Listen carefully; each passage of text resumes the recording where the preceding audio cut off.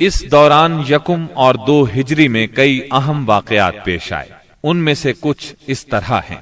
اسی دوران میں قبلے کی تبدیلی کا حکم آیا۔ مکہ مکرمہ سے ہجرت کر کے مدینہ منورہ آنے کے بعد 16 یا 17 ماہ تک مسلمان بیت المقدس کی طرف رخ کر کے نماز پڑھتے رہے۔ اب حکم آیا کہ خانہ کعبہ یعنی مسجد الحرام کی طرف منہ کر کے نماز ادا کی جائے۔ اسی سال میں رمضان المبارک کے روزے رکھنے اور زکوٰۃ ادا کرنے کے احکام نازل ہوئے۔ پھر عیدین کی نماز اور صدقۃ الفطر کا حکم دیا گیا۔ اسی سال میں پہلی عید الفطر اور پہلی عید الاضحیٰ پڑھی گئی۔ اسی سال نبی کریم صلی اللہ علیہ وسلم نے اپنی پیاری بیٹی سیدہ فاطمہ رضی اللہ عنہا کی شادی سیدنا علی رضی اللہ عنہ سے کی۔ سب سے بڑھ کر یہ کہ اسی سال میں مسلمانوں پر حکم الہی سے جہاد فرض کیا گیا اور مسلمانوں کو اپنے دفاع کا حق دیا گیا۔ مکہ معظمہ میں صرف تبلیغ کا حکم تھا، اب اپنے تحفظ میں تلوار اٹھانے کا حکم آ گیا۔ چنانچہ سریوں اور غزوات کا آغاز ہوا۔ جن جنگوں میں آپ نے کسی صحابی کو امیر لشکر بنا کر بھیجا وہ سریہ کہلاتی ہے، اور جن جنگی مارکوں میں آپ خود امیر لشکر ہوئے وہ غزوہ کہلاتے ہیں۔ تاریخ اسلام میں غزوات کی تعداد 21 سے لے کر 27 تک بیان کی جاتی ہے، جبکہ سریوں کی تعداد اس سے کہیں زیادہ ہے۔ اس سال کے دوران کئی غزوات ہوئے، لیکن سب سے مشہور غزوہ بدر ہے۔ نبی کریم صلی اللہ علیہ وسلم جب ہجرت کر کے مدینہ منورہ پہنچے تو ان دنوں مدینے میں ایک نہایت دولت مند اور با اثر شخص عبداللہ بن ابی تھا۔ ہجرت سے پہلے انصار میں اس کا بہت اثر و رسوخ تھا۔ انصار اسے اپنا سردار بنانے والے تھے، بلکہ اس کی تاج پوشی کے لیے ایک تاج بنوا لیا گیا تھا۔ اسی دوران میں آپ صلی اللہ علیہ وسلم ہجرت کر کے مدینہ پہنچے اور انصار کے دونوں قبائل نے آپ کے ہاتھ پر بیعت کر لی، اور میثاق مدینہ کے ذریعے سے یہودیوں نے بھی آپ کی قیادت کو تسلیم کر لیا۔ اس سے عبداللہ بن ابی کی سرداری کے منصوبے دھرے کے دھرے رہ گئے۔ اس بنا پر اس نے آپ کی مخالفت پر کمر باندھ لی۔ ادھر مشرکین مکہ جو اسلام، مسلمانوں اور رسول اللہ صلی اللہ علیہ وسلم کی دشمنی میں جل بھن رہے تھے، انہوں نے عبداللہ بن ابی کو ایک دھمکی آمیز خط تحریر کیا۔ اس خط میں انہوں نے 2 ٹوک الفاظ میں لکھا: آپ لوگوں نے ہمارے صاحب کو پناہ دے رکھی ہے، اس لیے ہم اللہ کی قسم کھا کر کہتے ہیں یا تو آپ لوگ اس سے لڑائی کریں یا اسے نکال دیں، یا پھر ہم اپنی پوری جمعیت کے ساتھ آپ لوگوں پر چڑھائی کر کے آپ کے سارے جنگجوؤں کو قتل کر دیں گے اور آپ کی عورتوں کی حرمت پامال کر دیں گے۔ جب یہ خط عبداللہ بن ابی اور اس کے ساتھیوں کو ملا تو وہ رسول اللہ صلی اللہ علیہ وسلم سے جنگ کے لیے تیار ہو گئے۔ نبی اکرم صلی اللہ علیہ وسلم کو اس کی خبر ہوئی تو آپ ان کے پاس تشریف لے گئے اور فرمایا: قریش کی دھمکی تم لوگوں پر بہت گہرا اثر کر گئی ہے۔ تم خود اپنے آپ کو جتنا نقصان پہنچا دینا چاہتے ہو، قریش تمہیں اس سے زیادہ نقصان نہیں پہنچا سکتے۔ تم اپنے بیٹوں اور بھائیوں سے خود ہی لڑنا چاہتے ہو۔ نبی اکرم صلی اللہ علیہ وسلم کی یہ بات سن کر لوگ بکھر گئے۔ اس وقت تو عبداللہ بن ابی جنگ کے ارادے سے باز آ گیا، کیونکہ اس کے ساتھی ڈھیلے پڑ گئے تھے یا بات ان کی سمجھ میں آ گئی تھی، لیکن حقیقت میں قریش کے ساتھ اس کے تعلقات خفیہ طور پر قائم رہے، کیونکہ مسلمانوں اور مشرکین کے درمیان شر اور فساد کا کوئی موقع وہ ہاتھ سے جانے نہیں دینا چاہتا تھا۔ پھر اس نے اپنے ساتھ یہود کو بھی ملا رکھا تھا تاکہ اس معاملے میں ان سے بھی مدد حاصل کرے، لیکن وہ تو نبی صلی اللہ علیہ وسلم کی حکمت تھی جو رہ رہ کر شر و فساد کی آگ کو بجھا دیتی تھی۔ مسلمانوں کی ہجرت اور مدینے میں ان کی کامیابی سے کفار مکہ بہت تل ملا رہے تھے اور مدینے پر چڑھائی کے بہانے ڈھونڈ رہے تھے۔ رسول اللہ صلی اللہ علیہ وسلم کے بڑھتے ہوئے اقتدار اور اسلام کی اشاعت نے مکہ میں ابو جہل اور ابو سفیان کو سخت بے چین کر دیا تھا۔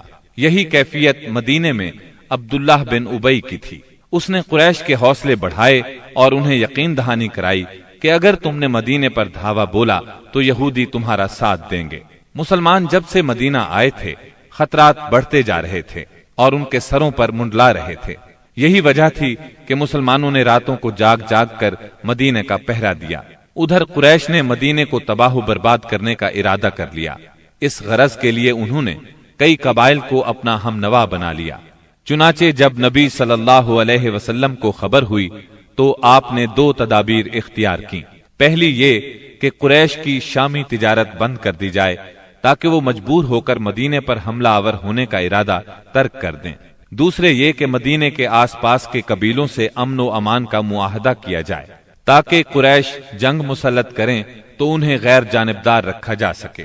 جب اللہ تعالی کی طرف سے جہاد اور قتال کی اجازت دی گئی تو رسول اللہ صلی اللہ علیہ وسلم نے کئی ایک سرایہ بھیجے اور غزوات میں حصہ لیا۔ ان کی مختصر تفصیل کچھ یوں ہے۔ اس سلسلے میں پہلا سریہ جو رسول اللہ صلی اللہ علیہ وسلم نے بھیجا وہ سریہ سیف البحر کہلاتا ہے۔ اسے آپ نے رمضان یکم ہجری بمطابق مارچ 623 عیسوی میں بھیجا اور اپنے چچا سیدنا حمزہ بن عبد المطلب رضی اللہ عنہ کو اس سریے کا امیر بنایا اور 30 مہاجرین کو ان کے زیر کمان شام سے آنے والے ایک قریشی قافلے کا پتہ لگانے کے لیے روانہ فرمایا۔ اس قافلے میں 300 آدمی تھے جن میں ابو جہل بھی تھا۔ مسلمان ایس کے اطراف میں ساحل سمندر کے پاس پہنچے تو قافلے کا سامنا ہو گیا اور دونوں فریق جنگ کے لیے صف آرا ہو گئے۔ قریب تھا کہ جنگ ہو جاتی لیکن قبیلہ جوہینہ کے سردار نے بیچ بچاؤ کرا دیا۔ دونوں فریق واپس چلے گئے۔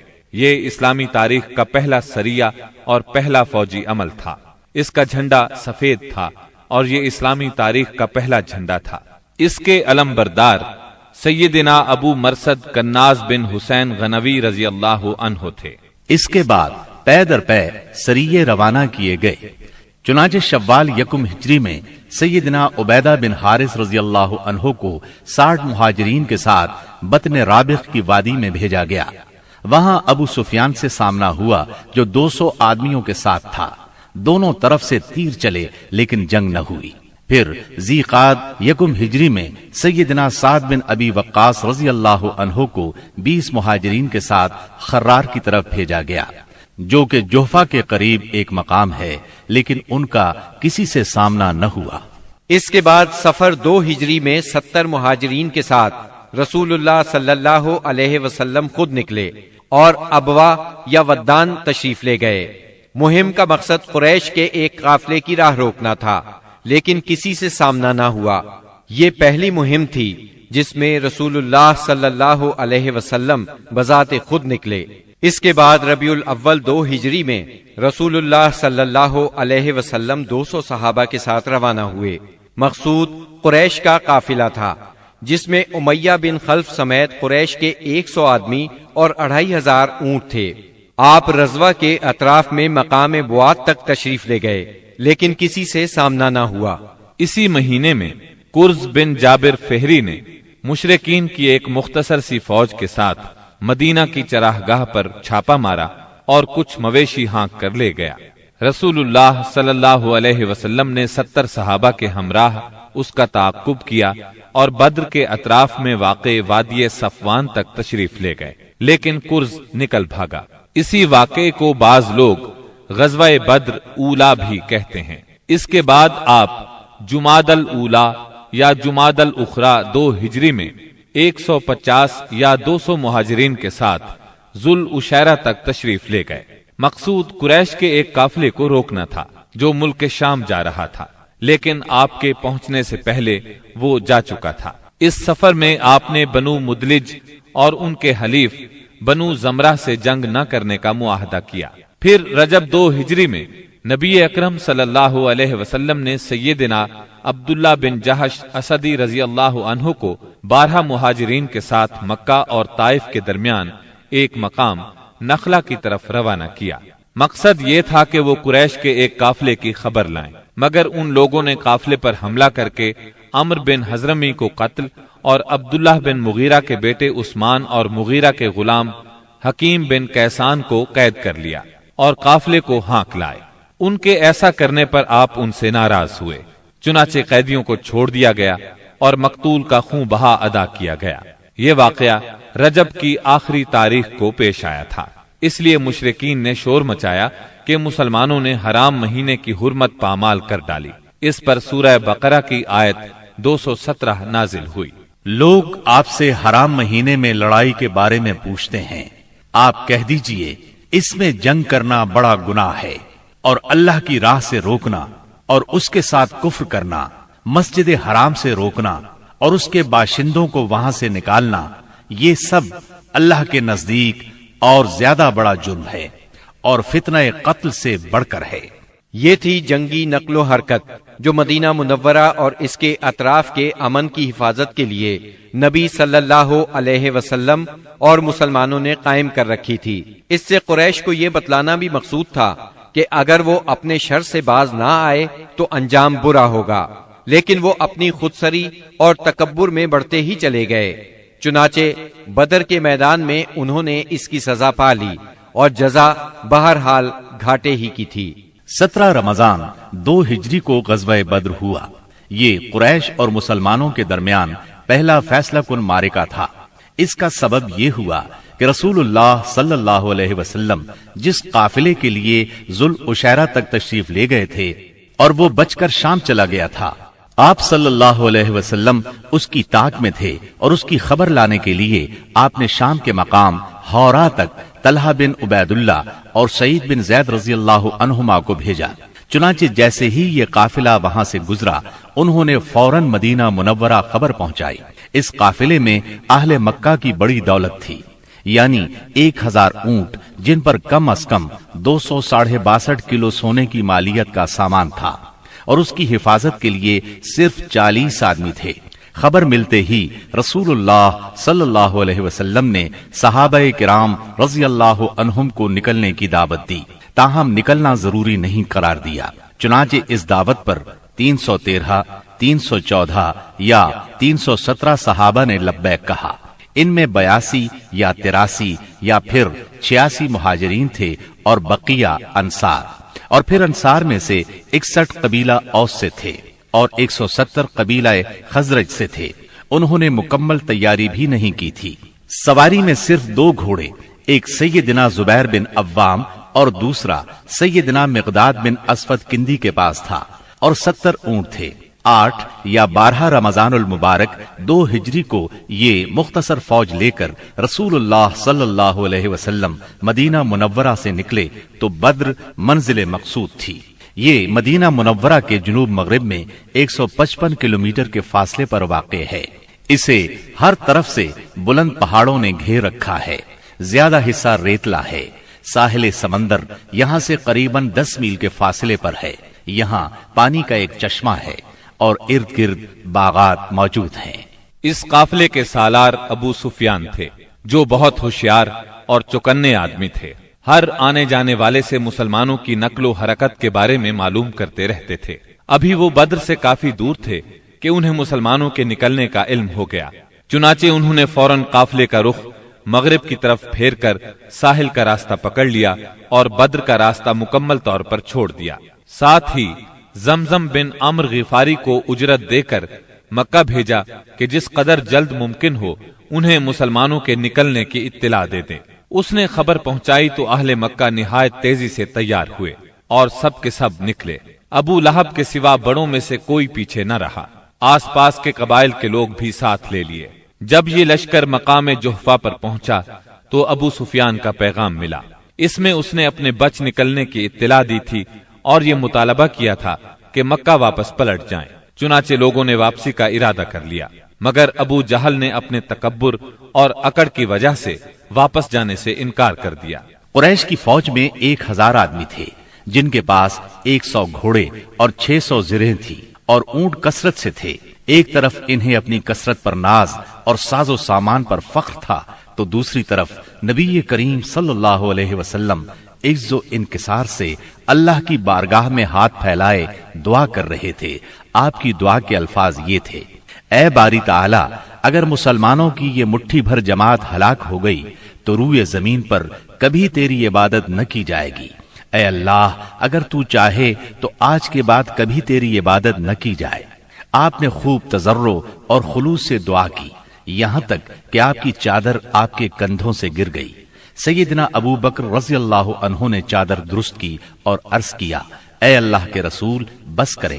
آپ نے اپنے رب سے جی بھر کے دعا فرما لی۔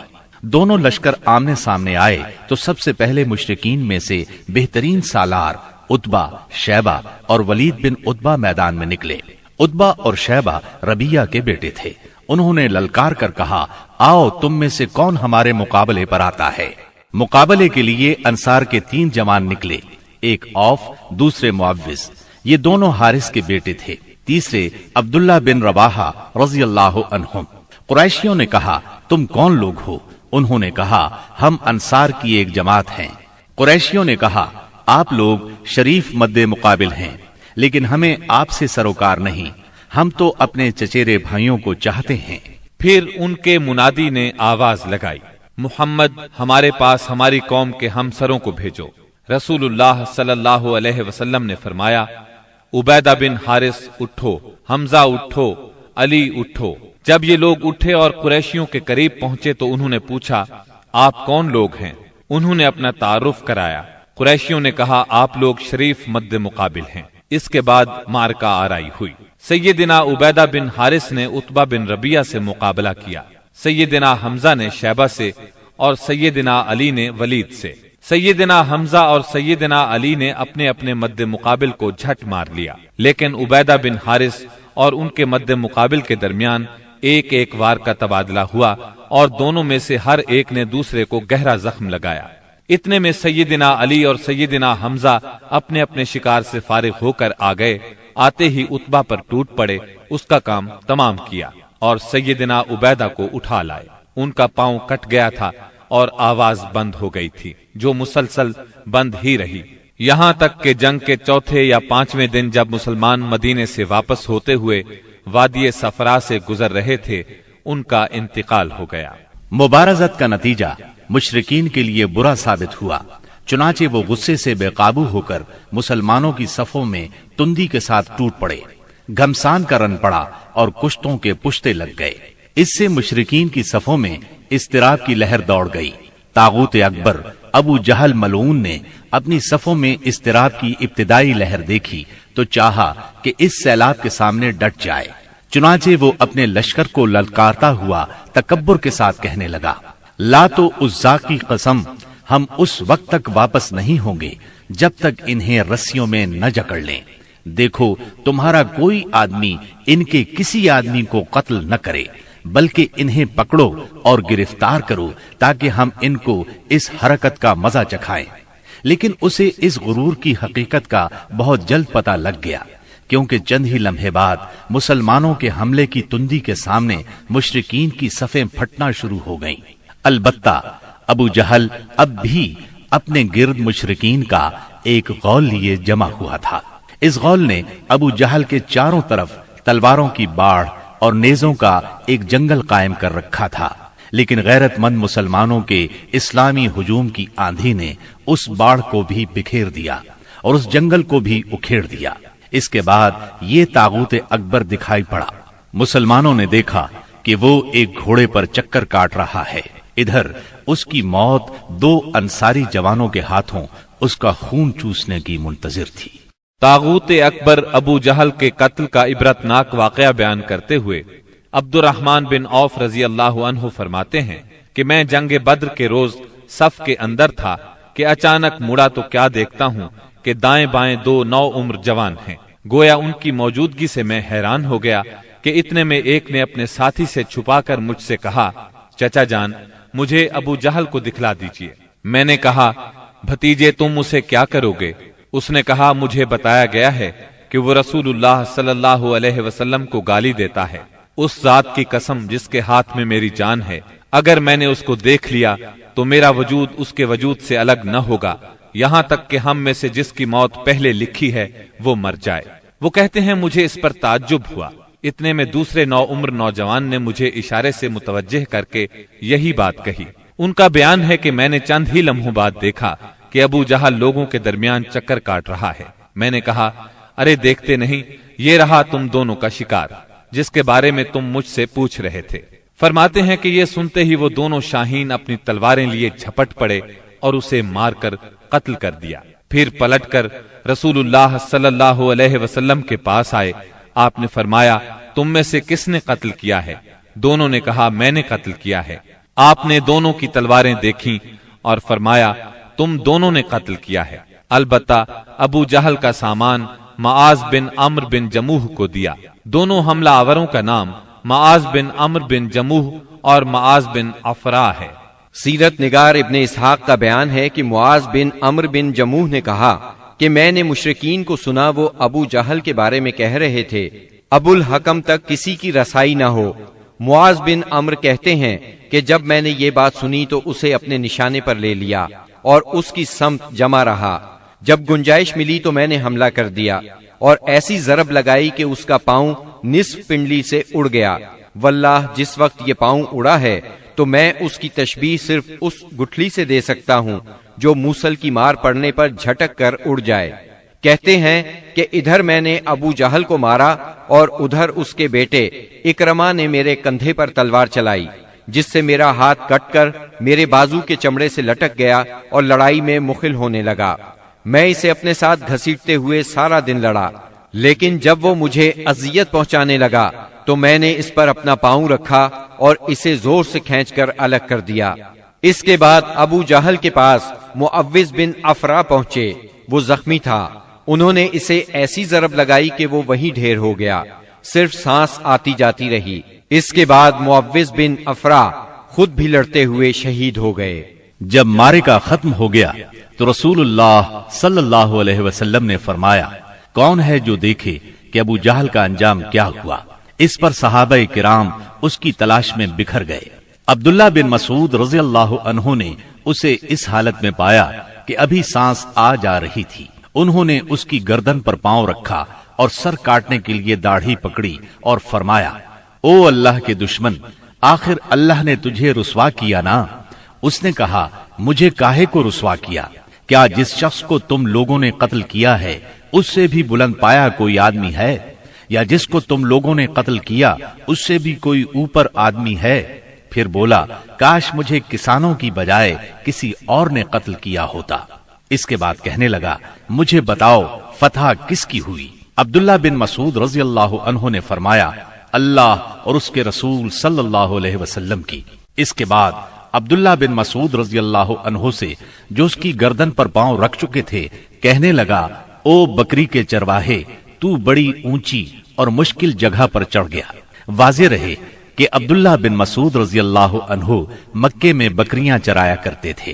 اس گفتگو کے بعد عبداللہ بن مسعود رضی اللہ عنہ نے اس کا سر کاٹ لیا اور رسول اللہ صلی اللہ علیہ وسلم کی خدمت میں لا کر حاضر کرتے ہوئے عرض کیا یا رسول اللہ صلی اللہ علیہ وسلم، یہ رہا اللہ کے دشمن ابو جہل کا سر۔ آپ نے 3 بار فرمایا واقعی اس اللہ کی قسم جس کے سوا کوئی معبود نہیں۔ اس کے بعد فرمایا اللہ اکبر، الحمد للہ الذی صدق وعدہ ونصر عبدہ وہزم الاحزاب وحدہ۔ اللہ اکبر، تمام حمد اللہ کے لیے ہے جس نے اپنا وعدہ سچ کر دکھایا، اپنے بندے کی مدد فرمائی اور تنہا سارے گروہوں کو شکست دی۔ پھر فرمایا چلو مجھے اس کی لاش دکھاؤ۔ جب آپ صلی اللہ علیہ وسلم کو لاش دکھائی گئی تو آپ نے فرمایا یہ اس امت کا فرعون ہے۔ معاذ بن عمرو اور معوذ بن افرا کے ایمان افروز کارناموں کا ذکر ہو چکا ہے۔ حقیقت یہ ہے کہ اس معرکے میں قدم قدم پر ایمان کے ایسے تابناک نقوش پیش آئے جن میں عقیدت کی قوت اور اصول کی پختگی نمایاں اور جلوگر تھی۔ اس معرکے میں باپ اور بیٹے میں، بھائی اور بھائی میں صف آرائی ہوئی، اصولوں کے اختلاف پر تلواریں بے نیام ہوئیں اور مظلوم و مقہور نے ظالم و قاہر سے ٹکرا کر اپنے غصے کی آگ بجھائی۔ ابن عباس رضی اللہ عنہ سے روایت ہے کہ نبی صلی اللہ علیہ وسلم نے صحابہ کرام سے فرمایا مجھے معلوم ہے کہ بنو ہاشم وغیرہ کے کچھ لوگ زبردستی میدان جنگ میں لائے گئے ہیں، انہیں ہماری جنگ سے کوئی سروکار نہیں ہے، لہٰذا بنو ہاشم کا کوئی آدمی کسی کی زد میں آ جائے تو وہ قتل نہ کرے، اور ابو البختری بن ہشام کسی کی زد میں آ جائے تو وہ اسے قتل نہ کرے، اور عباس بن عبد المطلب کسی کی زد میں آ جائے تو وہ بھی انہیں قتل نہ کرے، کیونکہ وہ بالجبر لائے گئے ہیں۔ اس پر عتبہ کے صاحبزادے ابو حذیفہ رضی اللہ عنہ نے کہا، کیا ہم اپنے باپ بیٹوں، بھائیوں اور کنبے قبیلے کے لوگوں کو قتل کریں گے اور عباس کو چھوڑ دیں گے؟ اللہ کی قسم، اگر اس سے میری مٹ بھیڑ ہو گئی تو میں اسے تلوار کی لگام پہنا دوں گا۔ یہ خبر رسول اللہ صلی اللہ علیہ وسلم کو پہنچی تو آپ نے عمر بن خطاب رضی اللہ عنہ سے فرمایا، کیا رسول اللہ صلی اللہ علیہ وسلم کے چچا کے چہرے پر تلوار ماری جائے گی؟ عمر رضی اللہ عنہ نے کہا، یا رسول اللہ، مجھے چھوڑیے، میں تلوار سے اس شخص کی گردن اڑا دوں، کیونکہ اللہ کی قسم یہ شخص منافق ہو گیا ہے۔ بعد میں ابو حذیفہ رضی اللہ عنہ کہا کرتے تھے، اس دن میں نے جو بات کہہ دی تھی اس کی وجہ سے مجھے برابر خوف لگا رہتا ہے، صرف یہی صورت ہے کہ میری شہادت اس کا کفارہ بن جائے۔ اور بالآخر وہ یمامہ کی جنگ میں شہید ہو ہی گئے۔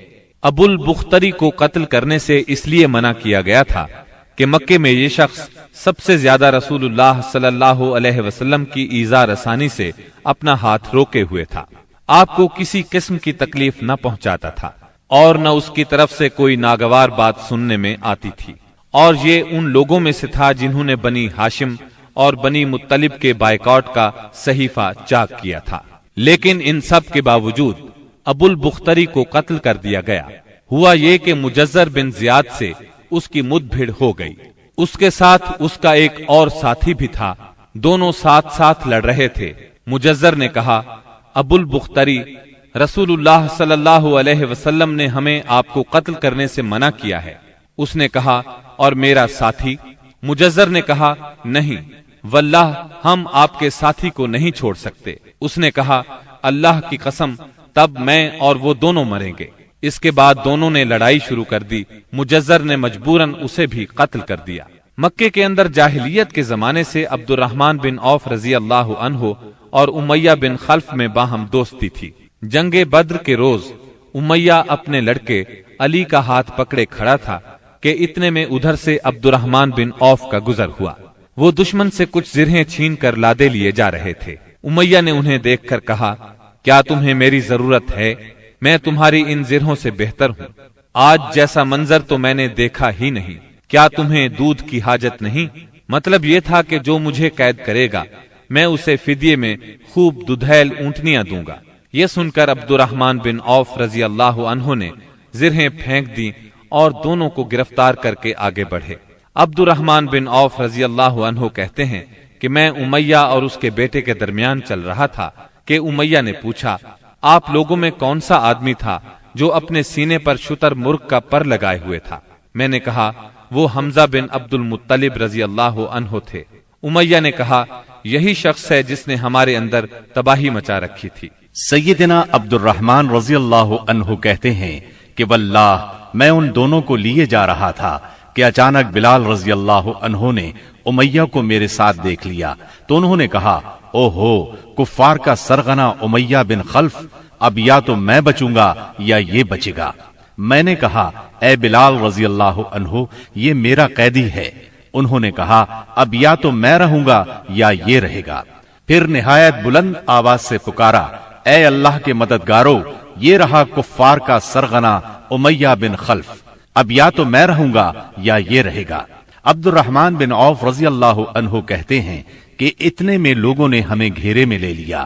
میں ان کا بچاؤ کر رہا تھا مگر ایک آدمی نے تلوار سے اس کے بیٹے کے پاؤں پر ضرب لگائی اور وہ وہیں گر گیا۔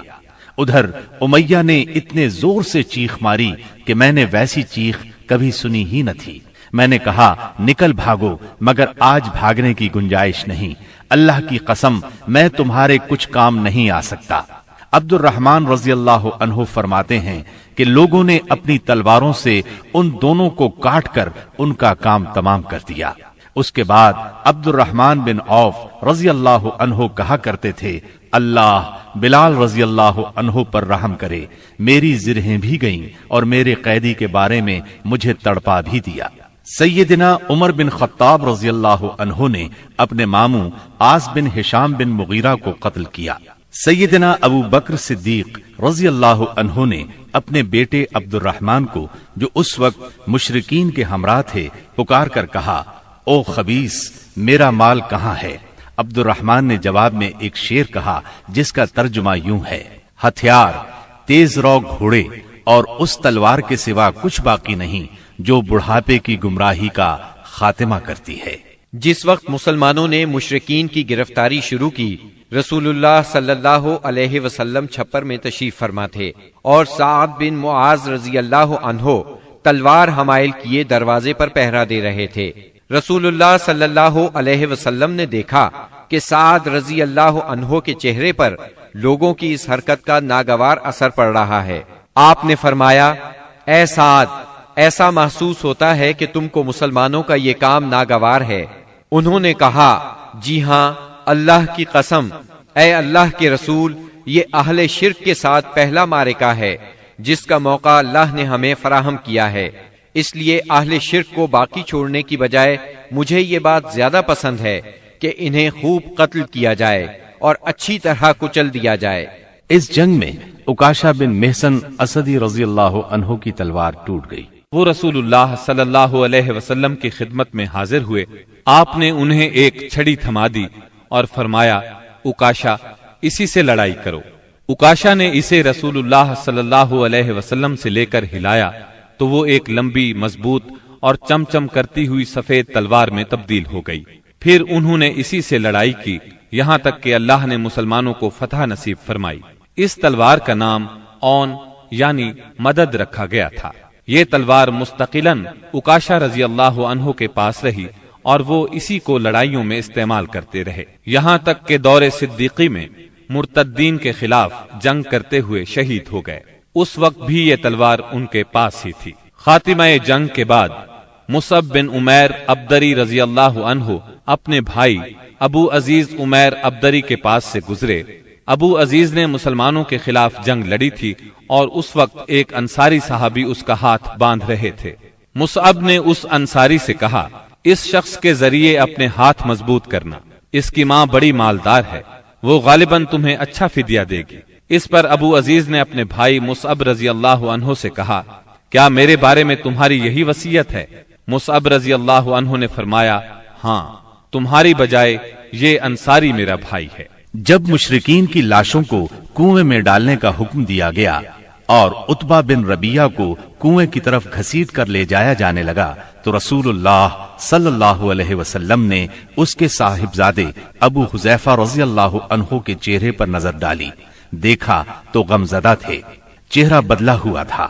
آپ صلی اللہ علیہ وسلم نے فرمایا، ابو حذیفہ، غالباً اپنے والد کے سلسلے میں تمہارے دل کے اندر کچھ احساسات ہیں۔ انہوں نے کہا، نہیں واللہ یا رسول اللہ، میرے اندر میرے باپ کے بارے میں اور ان کے قتل کے بارے میں ذرا بھی لرزش نہیں، البتہ میں اپنے باپ کے متعلق جانتا تھا کہ ان میں سوجھ بوجھ ہے، دور اندیشی اور فضل و کمال ہے، اس لیے میں آس لگائے بیٹھا تھا کہ یہ خوبیاں انہیں اسلام تک پہنچا دیں گی، لیکن اب ان کا انجام دیکھ کر اور اپنی توقع کے خلاف کفر پر ان کا خاتمہ دیکھ کر مجھے افسوس ہے۔ اس پر رسول اللہ صلی اللہ علیہ وسلم نے سیدنا ابو حذیفہ رضی اللہ عنہ کے حق میں دعائے خیر فرمائی اور ان سے بھلی بات کہی۔